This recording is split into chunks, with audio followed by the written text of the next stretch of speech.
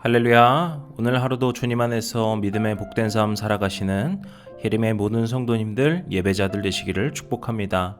5월 17일 금요일 아침 예배를 주님께 드립니다. 다 함께 조용한 기도 드리시겠습니다. 오늘도 우리의 삶의 모든 순간순간 인도하여 주시고 말씀하여 주시는 주님의 말씀에 의지하여 살아가는 주의 백성들 되길 원합니다.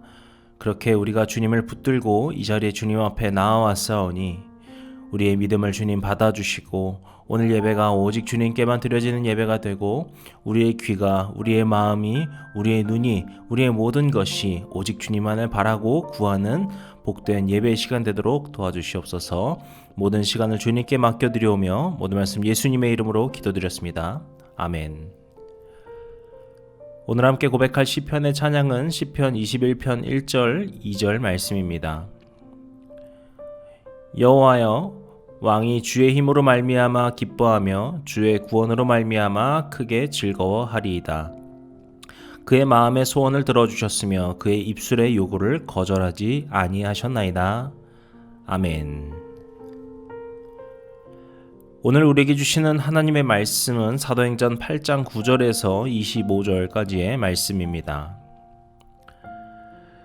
그 성에 시몬이라 하는 사람이 있으니 전부터 있어 마술을 행하여 사마리아 백성을 놀라게 하며 자칭 큰 자라 하니 낮은 사람부터 높은 사람까지 다 따르며 이르되 이 사람은 크다 일컫는 하나님의 능력이라 하더라. 오랫동안 그 말씀에 놀랐으므로 그들이 따르더니 빌립이 하나님 나라와 및 예수 그리스도의 이름에 관하여 전도함을 그들이 믿고 남녀가 다 세례를 받으니 시몬도 믿고 세례를 받은 후에 전심으로 빌립을 따라다니며 그 나타나는 표적과 큰 능력을 보고 놀라니라.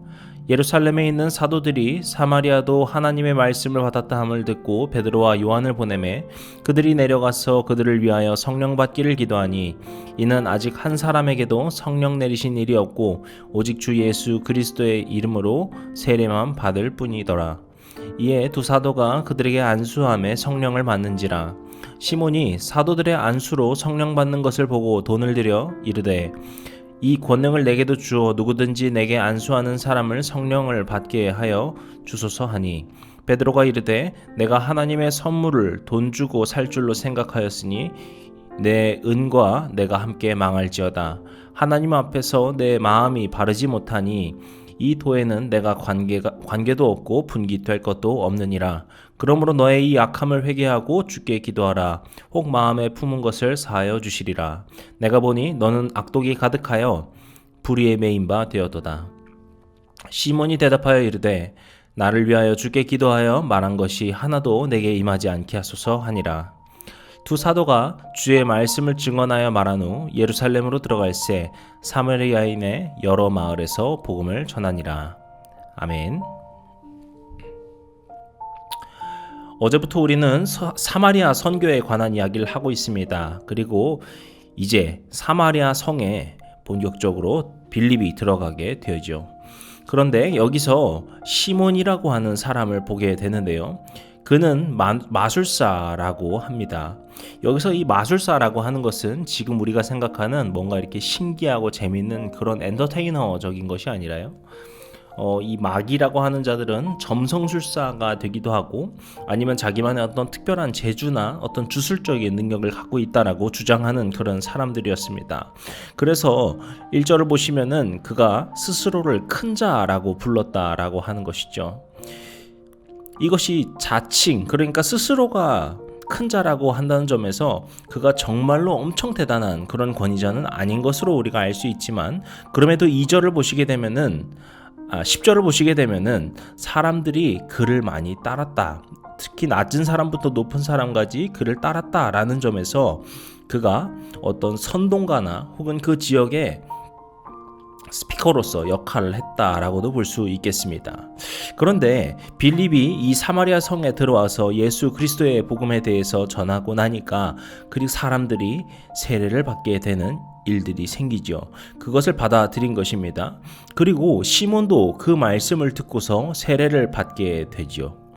그리고 13절을 보시게 되면은요, 그가 전심으로 빌립을 따라다녔다라고 말을 하고 있습니다. 여기서 전심으로라고 하는 것은 진지하게 혹은 인내심을 갖고 성실하게라고 하는 뜻입니다. 그리고 빌립을 통해 나타나는 표적을 보면서 그가 놀라하는 것도 볼 수 있죠. 즉, 이 시몬이라는 사람이 예수님의 그 복음의 이야기와 또 그 예수 그리스도를 통한 역사하심에 대해서 매우 진지하고 그것을 진심으로 받아들였다는 것을 알 수 있죠. 물론 우리가 보게 될 그 다음 이야기에서 시몬의 문제도 나오게 됩니다. 하지만 적어도 지금 앞에서 보여주는 시몬의 모습에는 매우 진지하고 진정성이 있다라는 것을 알 수 있죠.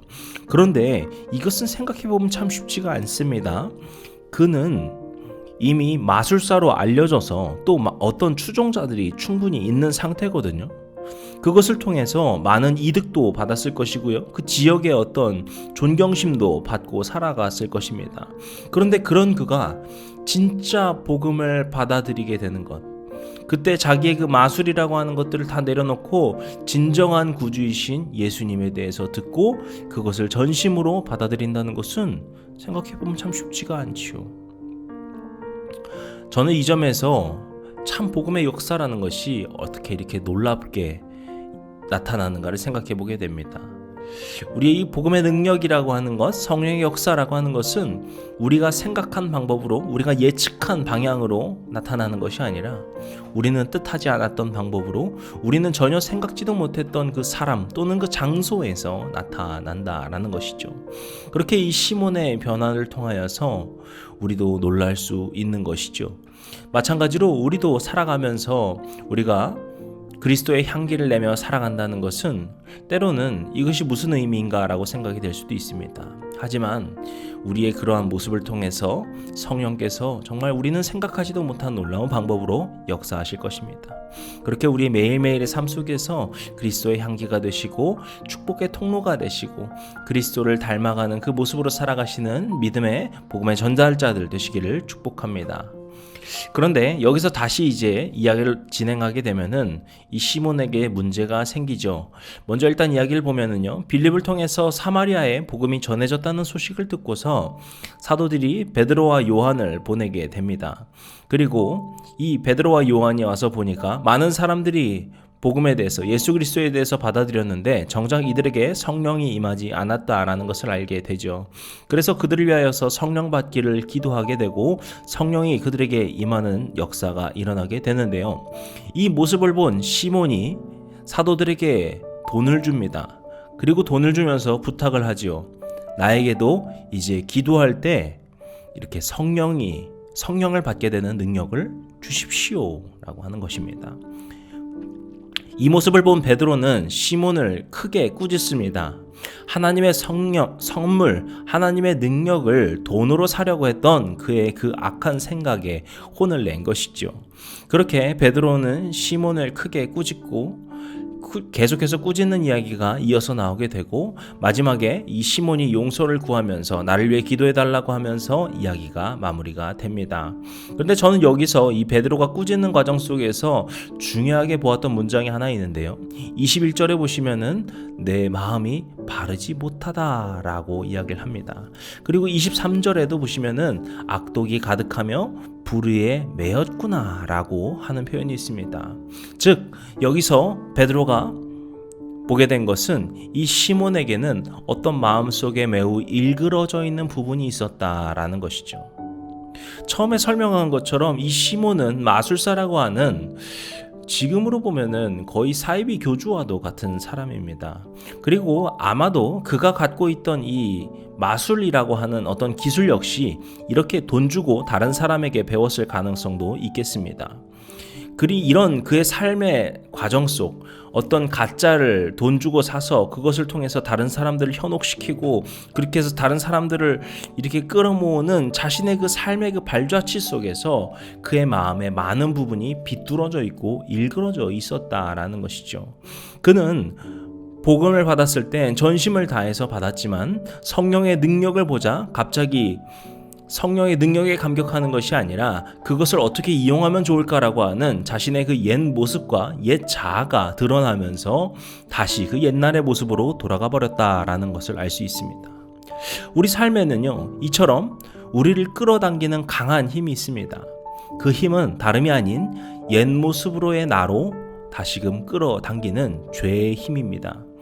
그리고 우리가 믿음을 갖고 살아간다라고 하는 것은 그런 그 힘에 순응하며 옛 모습으로 다시 돌아가는 것이 아니라 그것에 반발하여서 옛 모습과 옛 자아를 떨쳐내고 그 나의 죄된 그 모습을 이제 십자가에 못 박고 그리스도로 말미암아 살아가는, 그리스도로 살아가는 복된 삶이 바로 우리의 신앙의 삶일 것입니다.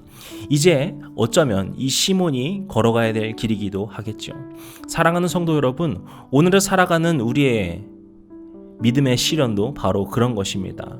우리의 그 옛 모습은 항상 우리를 잡아당깁니다. 그때의 그 편한 것, 그때의 그 간단한 것, 그때의 그 쾌락적인 것들, 그것으로 우리를 계속해서 끌어당기려고 합니다.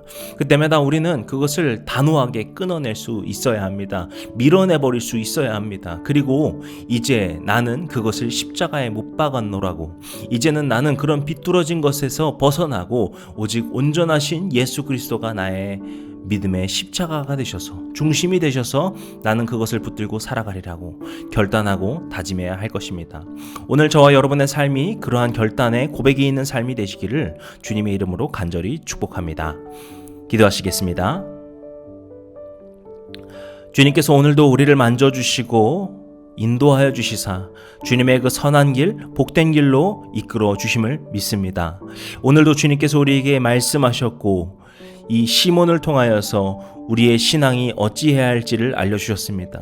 우리가 그것을 믿음으로 붙들고 살아갈 수 있는 복된 주의 자녀들 되도록, 복음의 순례자들 되도록 도와주시옵소서. 모든 말씀 예수님의 이름으로 기도드렸습니다. 아멘. 이제 우리 주기도문 함께 드리시고 오늘 예배를 마치도록 하겠습니다. 하늘에 계신 우리 아버지여, 이름이 거룩히 여김을 받으시오며 나라의 임하옵시며 뜻이 하늘에서 이룬 것 같이 땅에서도 이루어지이다. 오늘날 우리에게 일용할 양식을 주옵시고 우리가 우리에게 죄진 자를 사하여 준 것 같이 우리 죄를 사하여 주옵시고 우리를 시험에 들게 하지 마옵시고 다만 악에서 구하옵소서. 나라와 권세와 영광이 아버지께 영원히 있사옵나이다. 아멘.